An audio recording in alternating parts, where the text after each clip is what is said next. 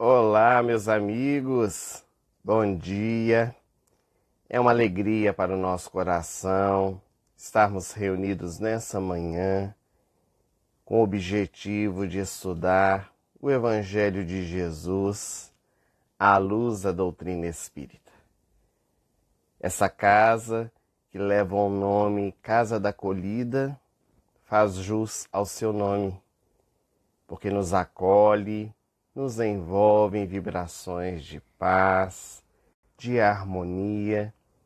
E hoje, a pedido da instituição, nós vamos falar, refletir em torno da Casa do Caminho e os primeiros cristãos.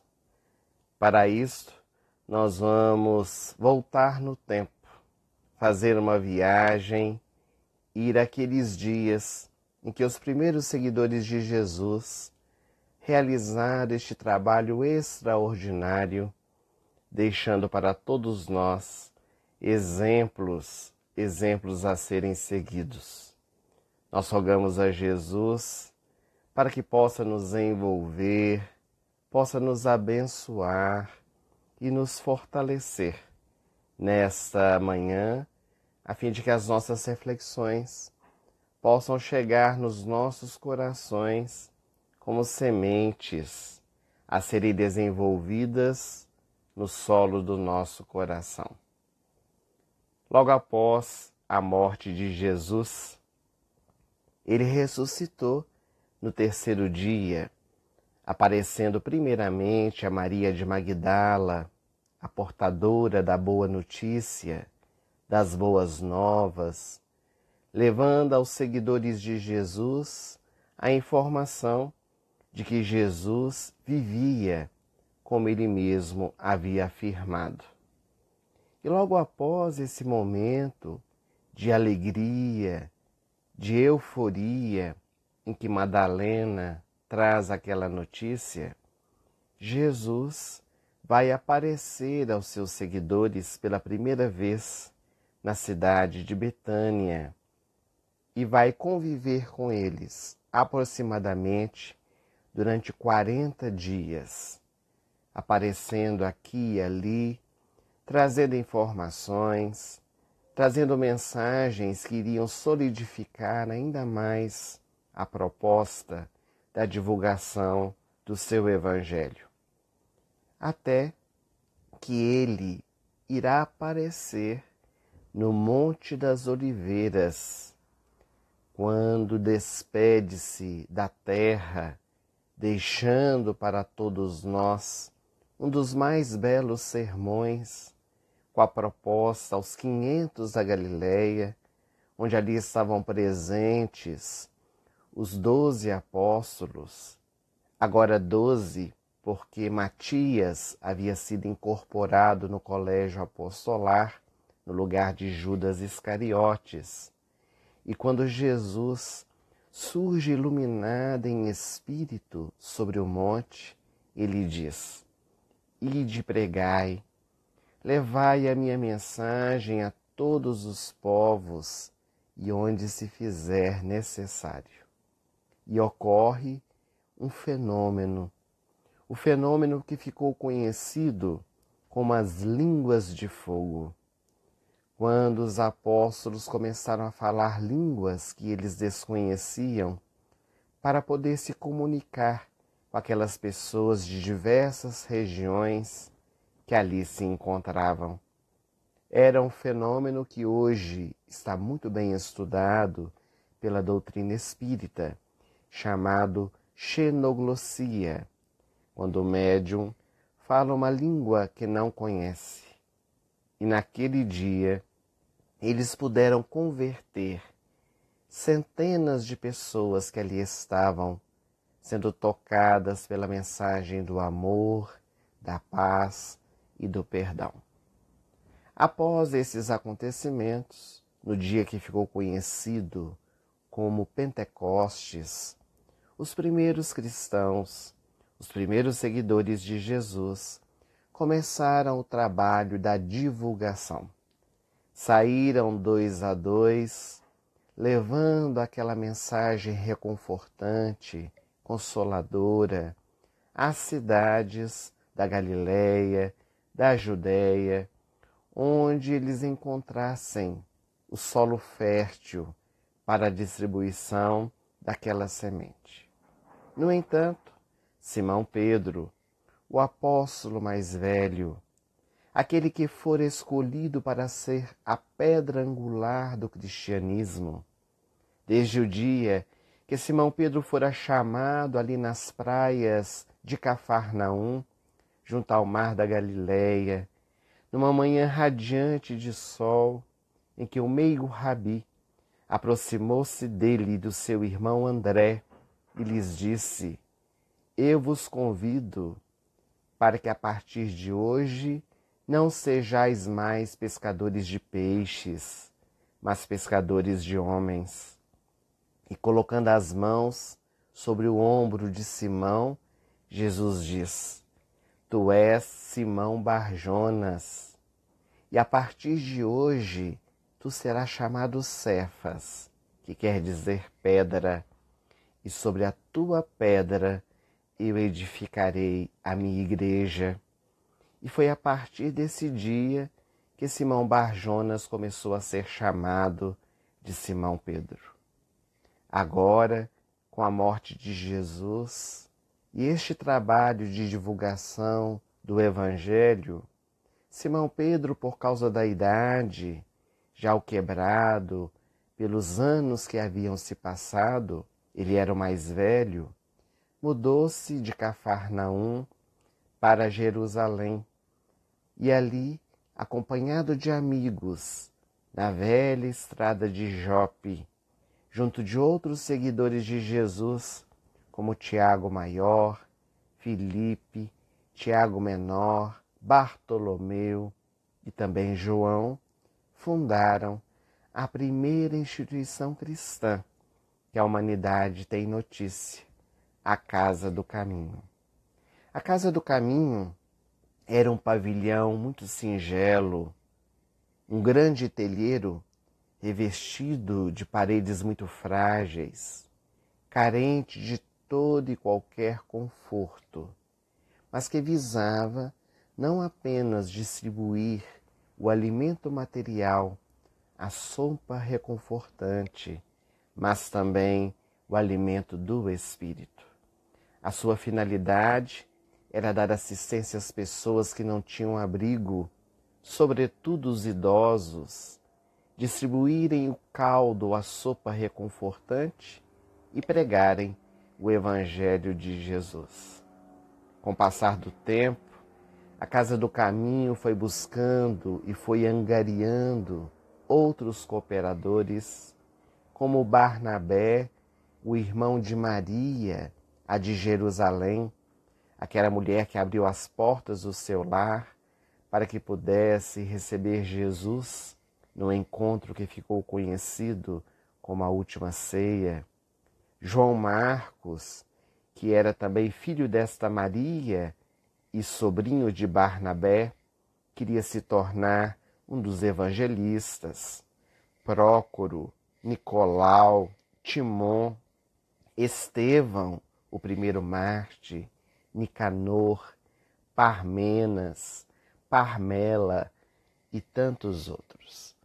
A Casa do Caminho era uma plantinha muito tenra, oriunda de uma semente divina. Eram mais de 100 pessoas recebendo alimentação diária, além dos serviços de assistência aos enfermos, aos órfãos, aos desamparados de toda sorte, às prostitutas, às criaturas de má conduta, os loucos, os viciados. As portas da Casa do Caminho sempre estavam abertas para todos aqueles que os buscassem. No livro Paulo e Estevão, Emmanuel, o instrutor espiritual, pela mediunidade incomparável de Francisco Cândido Xavier, por diversas vezes contará com minúcias de detalhes os trabalhos ocorridos na Casa do Caminho por estes primeiros cristãos. Comove-nos quando Emmanuel descreve a visita de Saulo de Tarso, o grande perseguidor de cristãos, ao chegar naquela casa muito pobre, muito simples, mas que acolitava na sua intimidade tantos necessitados. Embora as dificuldades financeiras, a escassez dos recursos da alimentação, todos ali eram cuidados com muito carinho, envolvidos pela ternura. Talvez aqueles seguidores de Jesus não tivessem coisas materiais para oferecer, mas tinham o sentimento puro do amor. Haviam aprendido com Jesus, porque Simão Pedro e João, também logo depois da morte de Jesus, na entrada formosa do Templo de Jerusalém, quando se depararam com um mendigo paralítico que pedia esmolas, eles disseram àquele homem sofredor: não temos ouro nem prata, mas o que temos te ofertamos. Em nome de Jesus, levanta-te e anda. E aquele homem se ergueu e andou. Então Saulo de Tarso, ao visitar aquele local, fica boquiaberto de ver o denodo, a força e determinação, a vontade de servir daqueles homens, embora a pobreza que os envolvia.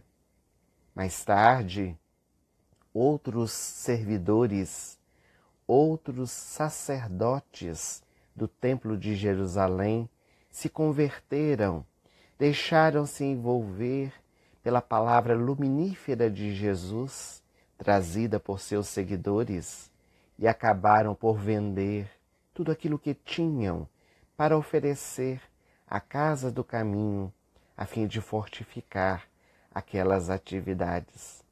Gamaliel, que foi um dos instrutores de Saulo, ao visitar aquele local, também foi tocado pelo trabalho que deveria ser realizado pelo Templo de Jerusalém, que deveria ser realizado pelos judeus que tinham condições financeiras para poder estender a mão ao próximo, já que o mandamento da lei mosaica dizia que nós deveríamos amar a Deus sobre todas as coisas e ao próximo como a si mesmo.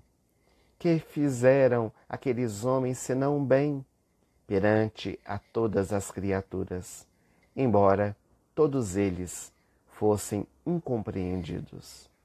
A Casa do Caminho, ela vai se fortalecendo, vai angariando trabalhadores que se identificam com a causa e buscam dessa forma oferecer o melhor dentro dos seus corações.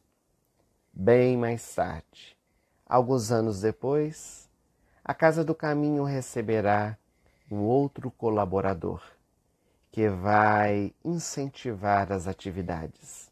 Se um dia ele desejou perseguir os seguidores de Jesus, agora se tornaram deles. Nós estamos falando de Saulo de Tarso, o convertido da estrada de Damasco. Quando Jesus lhe apareceu no deserto, o sol do meio-dia, trazendo-lhe a cegueira física, eis que ali em uma hospedaria, na cidade de Damasco, colocado por um dos seus servos, Saulo tem a vista restituída por Ananias, um dos seguidores de Jesus, que naquelas terras fazia o trabalho da divulgação da mensagem. E agora convertido, Saulo vai para o deserto, ali permanecendo durante aproximadamente 4 anos, junto de Prisca e Áquila, para receber daquele casal tudo aquilo que necessitava no fortalecimento do seu ser, para o surgimento de um novo homem, que inclusive muda o seu próprio nome. De Saulo passa a ser chamado Paulo, que quer dizer pequeno, pequeno, que se tornou grande. Resolveu regressar a Jerusalém e procurar a casa do caminho. É tão curiosa a vida. Aquele homem que um dia visitara a instituição, que arrancara dali Estevão para que pudesse ser apedrejado em praça pública, agora batia as portas do casebre para poder solicitar guarida, solicitar que os seguidores de Jesus pudessem aceitá-lo como um grande trabalhador. Ou aquele que chegasse para fazer o menor serviço, porque agora estava tocado pela mensagem do Mestre dos Mestres. Como o perdão estava solidificado no coração daqueles homens que já começavam a compreender na sua profundidade, na sua pureza, o que Jesus lhes havia ensinado. O Mestre, nos últimos instantes na cruz, de braços abertos, ele dissera: Pai, perdoa-lhes, porque eles não sabem o que fazem. Quando Saulo ou Paulo chega na casa do caminho, alguns dos trabalhadores têm resistência, têm dificuldade. Seria natural? Será que aquele homem realmente estava convertido? Ou não estava ali para poder vigiá-los, para no momento certo prendê-los e levá-los à execução? Mas Simão Pedro, dialogando com os primeiros seguidores, decide ofertar uma chance para que aquele homem pudesse demonstrar a sua transformação. E quanto Paulo iria colaborar? Porque com a sua experiência, ele fora um doutor da lei, sabia lidar com as finanças. Naquela época, a Casa do Caminho sofria grandes dificuldades na parte financeira, porque em todas as épocas, as instituições cristãs sempre passaram por essa dificuldade. E quando Paulo viu que a Casa do Caminho dependia monetariamente da sociedade judaica, ele resolve propor a Simão Pedro uma atividade que pudesse trazer o sustento para aquela instituição. Está muito bem exarado no livro Paulo e Estevão a frase de Paulo dita a Pedro: nós precisamos instalar aqui elementos de serviço que possam habilitar a instituição a viver dos recursos próprios. Nós temos aqui atendidos órfãos, velhos, homens, mulheres. Cada um deles poderão auxiliar de alguma forma em atividades, realizando trabalhos agrícolas, produzindo alguma coisa para a renda indispensável. Não será de forma alguma um pagamento por aquilo que estamos realizando por eles, mas uma forma de podermos nos fortalecer para que o trabalho continue. Cada qual iria trabalhar de conformidade com as suas forças, com as suas energias, sob a direção daqueles irmãos que estão mais experimentados. É o único recurso que nós dispomos para poder emancipar a nossa igreja, a nossa instituição de Jerusalém e das imposições que o farisaísmo nos traz. E foi assim que a instituição começou a realizar essas pequenas movimentações. Algumas daquelas plantações traziam a subsistência para a instituição, para a fabricação dos caldos, da sopa, e isso trouxe um grande fortalecimento para a Casa do Caminho. Mas a grande proposta e a nova proposta de trabalho trazida por Saulo ou Paulo ia além do que simplesmente trazer o sustento financeiro para aquela instituição. O desejo de Paulo era de que a proposta do Evangelho pudesse sair das paredes da Casa do Caminho, pudesse sair daquela região onde o povo escolhido, assim acreditavam por Deus, estava sendo convocado. O desejo de Paulo era que aquela mensagem fosse levada a todos os povos, a todas as criaturas, porque até aquele instante a mensagem do Evangelho estava um tanto quanto mal compreendida pelos seguidores de Jesus. Eles acreditavam que Jesus havia vindo para libertar o povo judeu, para trazer a mensagem de consolação, a mensagem de fortalecimento, mas somente para aqueles que criam em um Deus único, aqueles que estavam dispostos a abraçar a nova proposta trazida pelo Mestre. No entanto, Paulo, compreendendo a grandiosidade das boas novas de alegria, ele então convida os apóstolos para saírem viajando, para irem por estradas onde nunca antes havia se falado a respeito de Jesus. E é claro que houve grande resistência por parte daqueles que eram os primeiros cristãos. Houve grande dificuldade de aceitação por aqueles que estavam fixados ali em Jerusalém, acostumados com o trabalho na casa do caminho. E a princípio, Paulo realiza essas viagens sozinho, até que Barnabé resolve seguir os seus passos. Um pouco depois, João Marcos, que era muito jovem e não conseguiu acompanhar os passos de Paulo, e os apóstolos, que pouco a pouco foram compreendendo a grandiosidade daquele trabalho, indo para terras distantes da Palestina. Para nós termos uma ideia, Paulo de Tarso realizou 4 grandes viagens apostólicas.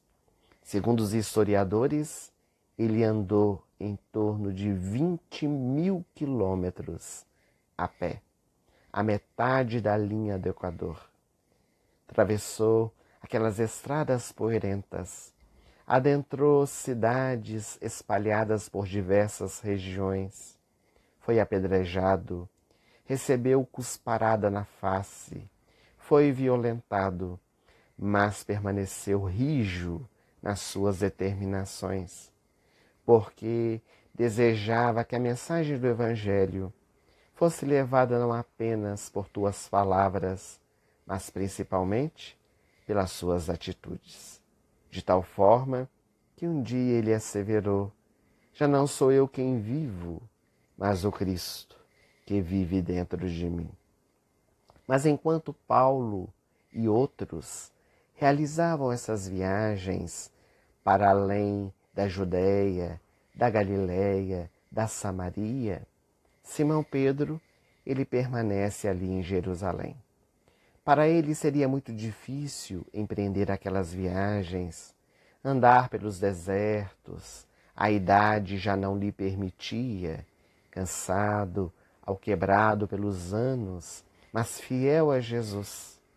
Porque Simão Pedro, embora tivesse negado ao Mestre, conforme está escrito no texto sagrado, no dia que antecedeu a sua crucificação, ele entrega a sua vida por 35 anos a Jesus, fortalecendo a sua caminhada, transformando a sua vida e fazendo brilhar a sua própria luz.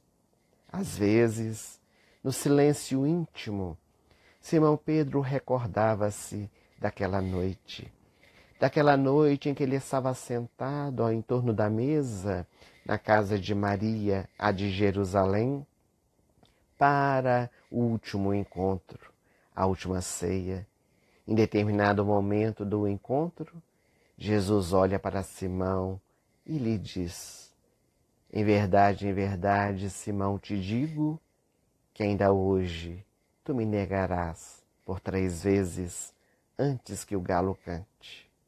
Jamais ele poderia imaginar que um dia iria negar a Jesus. Ele amava o seu mestre. Ele reconhecia em Jesus o homem que viera ao mundo para nos libertar das nossas amarras. Mas, quando Jesus é preso no jardim do Getsêmani, no Monte das Oliveiras, e é levado para a casa de Caifás, onde é realizado o julgamento, eis que ali uma mulher, um homem, outro servo o reconhece, dizendo: este é um dos seguidores de Jesus. E ele então nega, dizendo: eu nunca vi este homem. Por 3 vezes, Simão Pedro negou a Jesus, quando o galo cantou.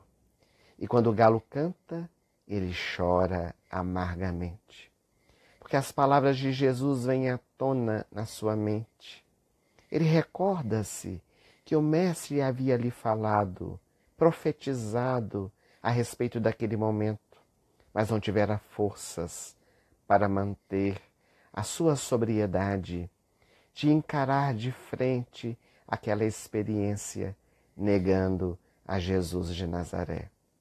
No entanto, logo depois da crucificação, de Jesus ter ressuscitado, aparecido dentre os seus seguidores em espírito, numa manhã, na cidade de Cafarnaum, estava Simão Pedro retornando da pesca, quando o Mestre lhe apareceu.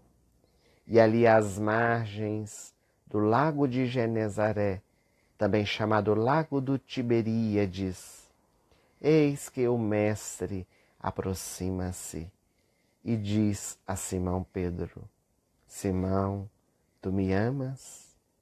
Eu amo, Senhor, com todas as forças do meu ser. Simão Pedro, tu me amas verdadeiramente? Eu te amo, Senhor. Tu sabes que eu te amo. Simão Pedro, tu me amas? E quando Jesus pergunta pela 3ª vez, eis que Simão coloca a sua face ao chão em prantos e lhe diz: tu sabes, tu que tudo vês, tudo sentes, sabe que eu te amo. Jesus então o soergue do chão onde ele está prostrado e lhe diz: apacenta os meus cordeiros, apacenta as minhas ovelhas. Porque eu te digo, Simão, que quando tu eras jovem, tu andavas por onde querias, mas agora que tu te tornas velho, tu andarás por onde o meu Pai te enviar. E esse homem, chamado Simão Pedro, aos poucos vai lapidando o seu ser, vai aprendendo a lidar com as suas angústias, com as suas dificuldades interiores.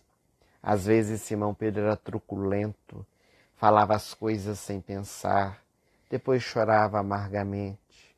E ele vai sendo lapidado pela mensagem do Evangelho a transformar a sua própria vida.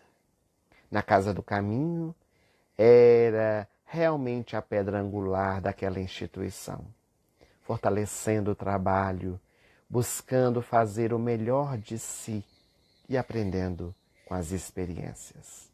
Porque as experiências, elas sempre nos ensinam. Somente com as oportunidades de trabalho é que nós fortalecemos o nosso coração.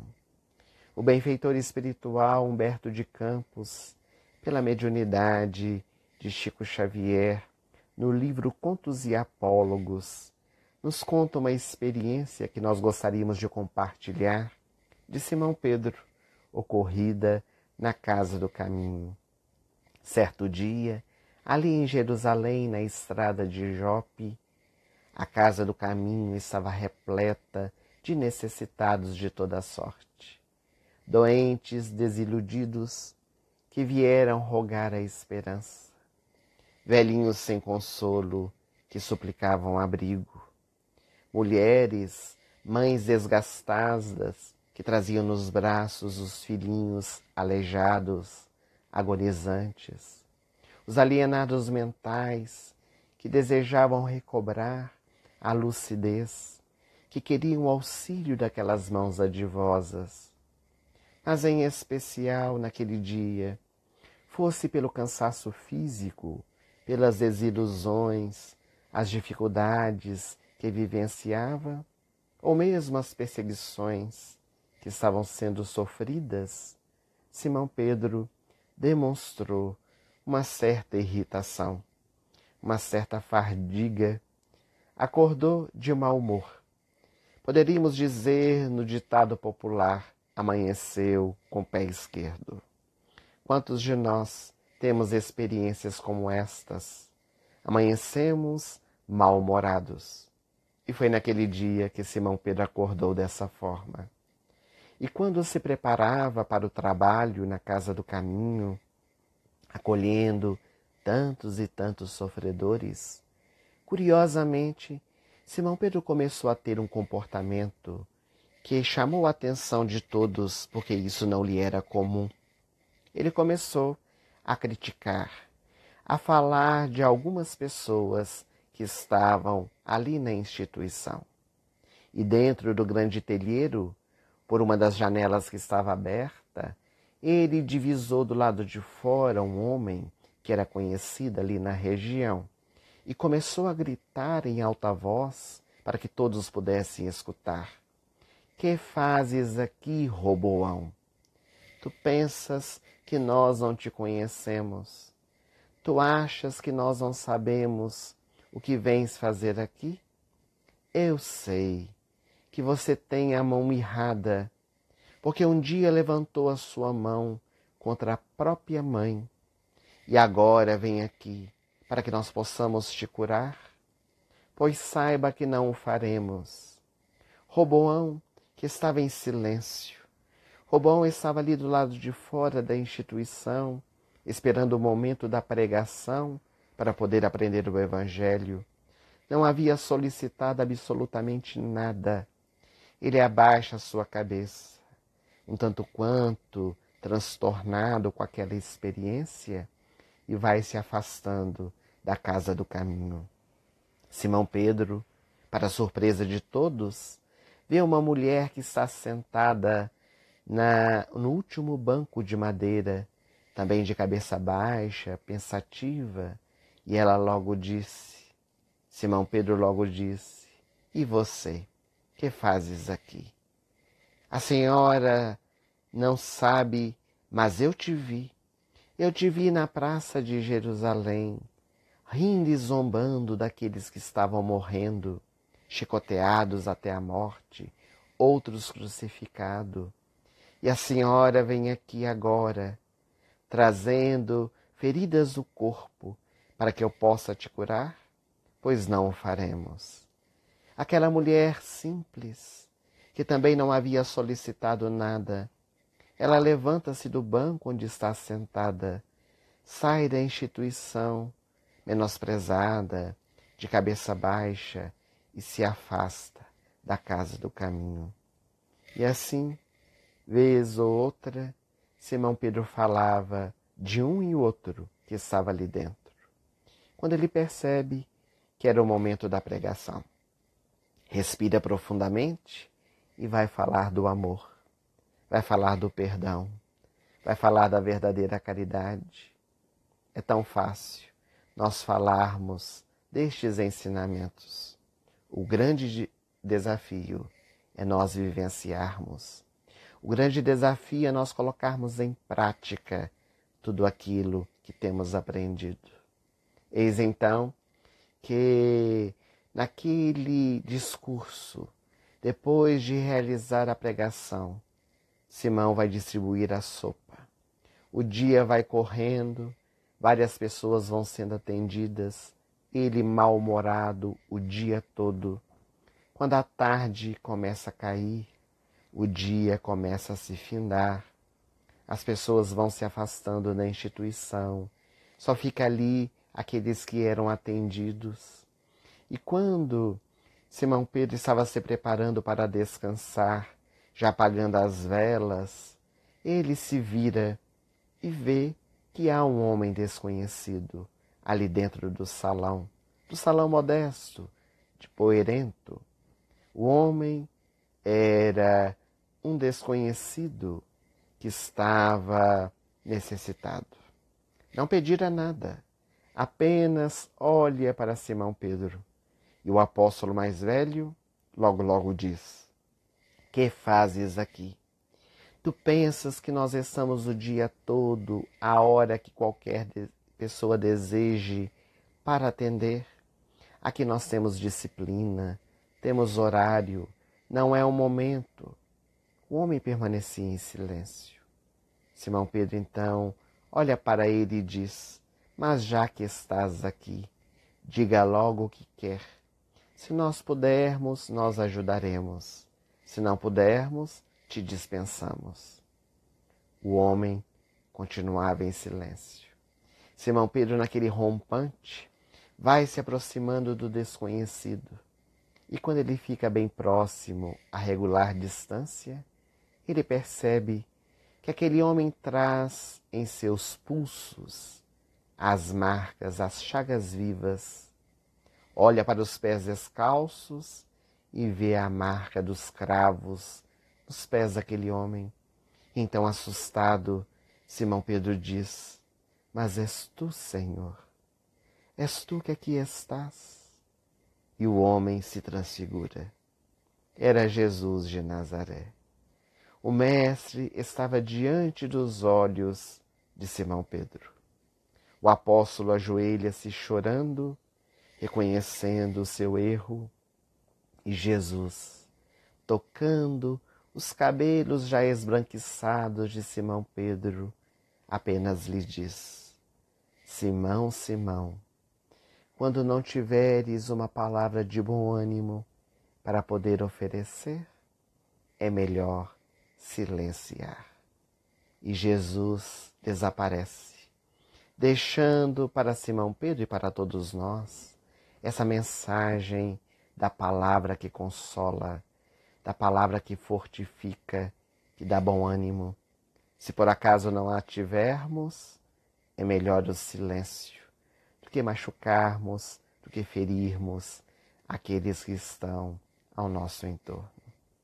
E foi assim que Simão Pedro, ele foi se fortalecendo no trabalho com Jesus, buscando cada dia mais lapidar a sua pedra bruta para descobrir o veio de diamantes que ele trazia dentro do seu coração. Mas com as perseguições de Herodes Agripa, a Casa do Caminho foi sendo dissolvida pouco a pouco. O espaço foi sendo utilizado mais tarde pelos fariseus e depois foi destruída pelo Império Romano, a mando do general Tito. Mas a Casa do Caminho teve as suas portas fechadas, mas outras instituições de amor abriram, se multiplicaram pelo mundo conhecido. Com o trabalho de Paulo de Tarso, quantas instituições se ergueram para realizar nos moldes da Casa do Caminho o trabalho de auxílio aos necessitados. As cartas que Paulo escreve aos Filipenses, aos Tessalonicenses, aos Coríntios, também aos Hebreus, aos Romanos, todas essas cartas são endereçadas às instituições, aos trabalhadores da primeira hora, dando-lhes norteio para que o trabalho pudesse se sustentar em bases seguras. Todos nós temos essas diretrizes que servem até hoje para os nossos trabalhos. A Casa do Caminho foi um marco na história do cristianismo, um exemplo inesquecível de abnegação, de fraternidade, ficando o exemplo para todos nós que somos cristãos, e para nós que somos também espíritas, como uma forma de arregimentar os nossos trabalhos. Porque hoje, a exemplo da Casa do Caminho, Nós temos as nossas casas espíritas, como a Casa do Acolhida, em Esmeraldas, tantas outras instituições que têm buscado realizar o trabalho com Jesus, acendendo luzes por onde passa. A casa espírita, no dizer dos benfeitores espirituais, é um templo religioso, porque nos liga com a divindade. É um local, entre aspas, sagrado, que precisa ser respeitado, onde nós precisamos vivenciar os postulados do Evangelho. E nós que somos espíritas, com base em Allan Kardec, seguirmos as diretrizes para não nos perdermos nos desvãos da estrada, buscando realizar sempre o trabalho conveniente. É também uma escola, porque nos traz aprendizado, o aprendizado constante, as palestras edificantes, os seminários que nos proporcionam o entendimento do Evangelho, retirando o espírito da letra, para que nós possamos dessa forma solidificar o nosso coração, possamos vivenciar de forma correta os ensinamentos de Jesus. Sempre temos algo a aprender. Ninguém é tão sábio que não tenha nada a adquirir em conhecimento. Sócrates, ele já dizia, só sei que nada sei. Mas a casa espírita também é um hospital. Um hospital que busca tratar não do nosso corpo, porque o corpo é tratado pelos médicos da terra. A medicina surge como uma forma de tratar as nossas enfermidades, as nossas doenças. A proposta do Espiritismo é curar a nossa alma, é curar o nosso espírito, porque as nossas enfermidades, elas provêm do nosso ser espiritual. Se nós tratamos o corpo, às vezes ele se cura aparentemente, mas interiormente ainda continua chagado o nosso ser espiritual. E mais cedo ou mais tarde, essa doença eclode de novo, às vezes trazendo maiores desequilíbrios, porque em verdade não fizemos o trabalho íntimo que é necessário.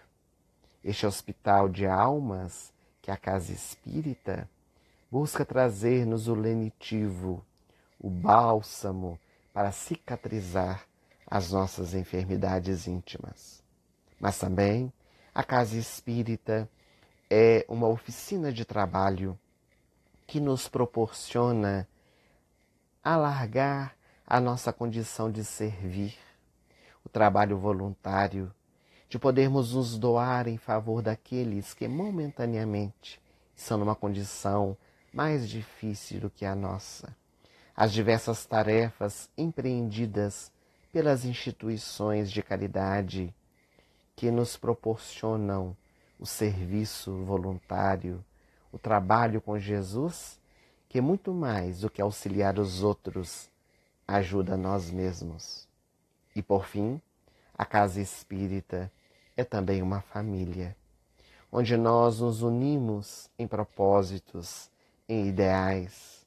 Os irmãos da Casa da Acolhida, os irmãos do Grupo Sheila, os irmãos de todas as instituições espalhadas pelo país, pelo exterior.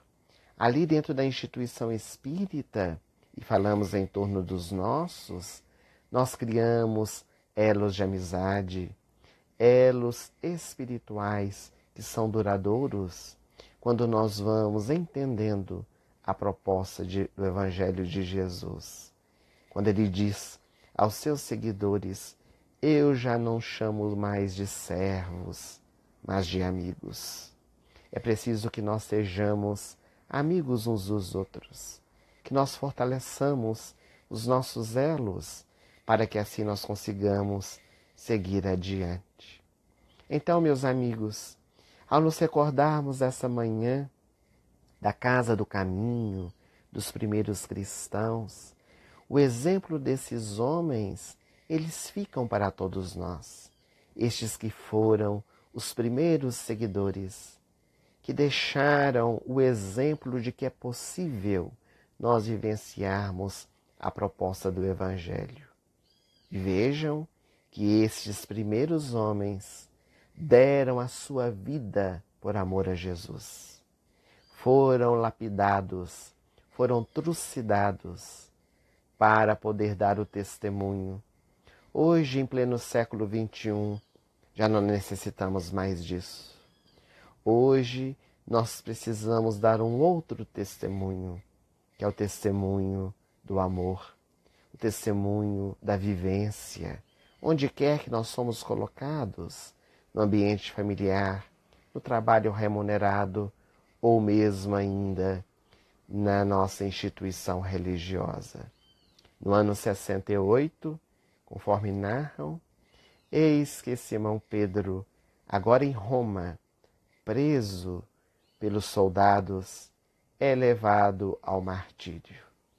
O veredicto seria de que ele deveria ser crucificado.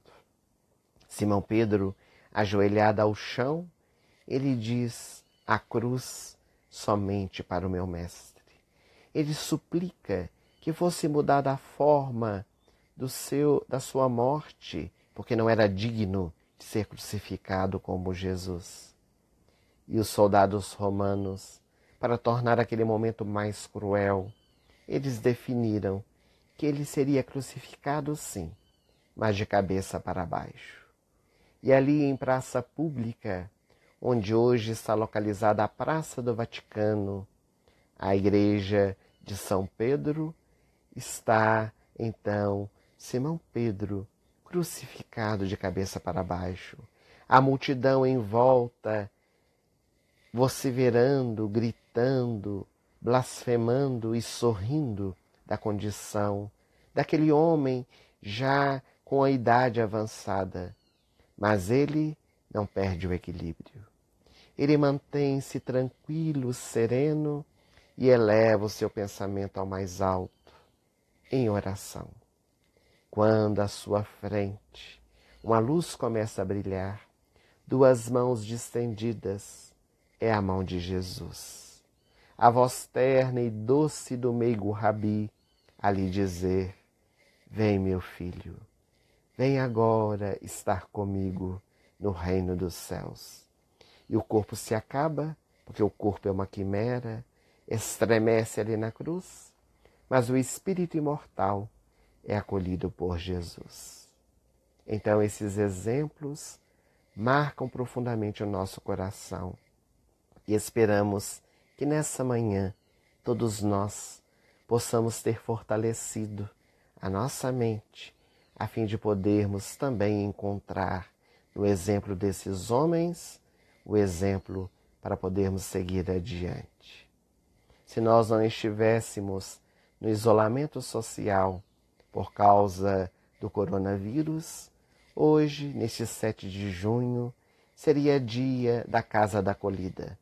Todo primeiro domingo do mês é realizada na instituição o trabalho de auxílio, de divulgação do Evangelho, do tratamento espiritual. Então, nestes momentos finais em que nós nos despedimos, nós gostaríamos de pedir que todos nós possamos nos unir em vibrações, certos de que os benfeitores espirituais irão levar o lenitivo aos nossos corações. Aquelas pessoas que porventura estejam em tratamento na instituição, haverão de receber, neste instante, a visita dos benfeitores a levarem o lenitivo para as dores físicas, mas principalmente para as dores morais. Vamos elevar então os nossos pensamentos nessa oração final. Senhor, protege os corações cansados, que se vão sem conforto e sem guarida, no aguaceiro de lágrimas da vida, indiferentes ou desesperados. Acendem para os céus todos os brados da alma humana tristonha e dolorida. Balsamiza de amor todas as feridas que punge dos corações os degredados. degredados na terra tenebrosa, terra de sombra estranha e dolorosa, recamada de prantos e de espinhos. Ampara, meu Jesus, quem vai chorando, entre dores e acúlios soluçando, na miséria de todos os caminhos. Envolvidos, Senhor, por este poema prece, desejosos estamos que o teu amor, a tua luz, a tua paz, tu que és o médico das nossas almas, possa se estender em favor da humanidade inteira e, em especial, em favor de cada um de nós que estamos aqui representados, os nossos lares, os nossos familiares, os nossos amigos e até mesmo os nossos inimigos. Fortalece-nos, Senhor, na nossa jornada. Dai-nos o lenitivo, a força necessária para prosseguirmos adiante. Que teu Evangelho seja o nosso bálsamo, nosso lenitivo, o remédio que cura as nossas dores mais íntimas. Fortalece em nós os melhores propósitos, para que sejamos melhores a cada dia. Muito obrigado, Senhor, por essa oportunidade. Muito obrigado, Senhor, por este dia de aprendizado, por essa instituição que nos acolhe e se conosco, hoje e por todo sempre. Que assim seja. Muito obrigado, meus amigos, por terem estado conosco nessa manhã. O tempo passa tão rápido. Nós queríamos convidar a todos vocês para que possam seguir a página do Instagram da Casa da Acolhida. Aqueles que não se inscreveram, inscrevam-se para que saibam de novos encontros como esse. A Casa da Acolhida também tem uma página no YouTube. Procurem Casa da Acolhida, inscrevam-se também. Oportunamente, essa palestra que nós acabamos de fazer estará no post do Instagram e estará também na página do YouTube para que outras pessoas possam acompanhar as nossas reflexões. Muito obrigado pelo carinho de todos vocês. Tenhamos um excelente domingo e até breve oportunidade, se Deus quiser. Um bom dia a todos.